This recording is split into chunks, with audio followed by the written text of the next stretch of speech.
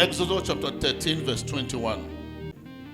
And the Lord went before them by day in a pillar of a cloud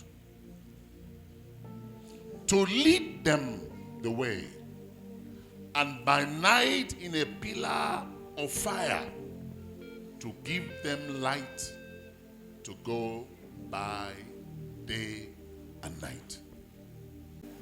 And the Lord went before them.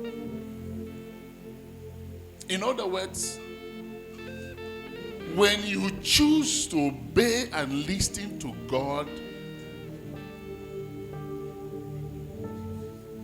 He will always be there for you. You will never lack His presence. In other words, what you will gain is the presence of God ever dwelling with you. Am I communicating? The presence. His presence. The Lord went before them. Why? Everything God instructed them to do, they did it. I was talking to my children yesterday. I said to them, I think in chapter 11, the Lord said to Moses, He told him that he should tell the children of Israel that every person should go and ask for silver and gold from the Egyptians. Hallelujah. These were people that had oppressed them for more than 80 years. They were laboring without pay. But that night, the Lord said, tell the children of Israel to go and ask for silver and gold. 3 cakes of silver and gold from their neighbor. And the Bible said God gave them favor before the Egyptians, and they spoiled the Egyptians.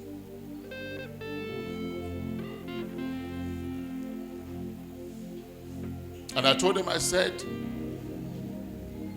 God told Moses, He said, tell the children of Israel, every family should a lamb, and use the blood of that lamb and do what? And make a mark on the lintel of their doors and windows. Because the angel of death will be passing through Egypt that night.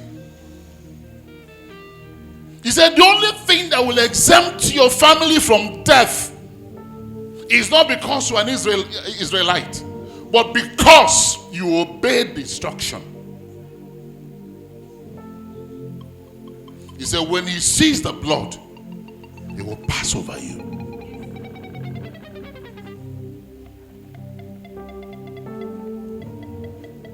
And they obeyed. Each time they obeyed, they will see the hand of God. Am I communicating? They obeyed that instruction. They saw what happened. And before morning, before daybreak, Pharaoh had to call Moses and Aaron. He said, please, let your people leave this land. If you go with everything you have, and go quickly. So they left Egypt in a haste. They saw this miracle.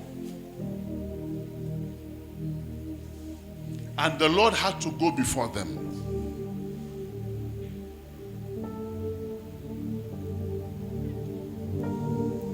Hallelujah. They got before the Red Sea. The benefit of God's presence. When they got to the Red Sea, they were afraid. How do we go out? What do we do? Because at their back were the children of the Egyptians, the Egyptian army. By their sides were mountains, and before them was the Red Sea. How do we escape death? Some began to murmur, forgetting what God had previously did last night. Am I communicating? How far people forget the visitation of God? That same God that made the children of the Egyptians to lose all their firstborn, can't He keep you? He's the one that brought you out of out of bondage. Can't he make you escape?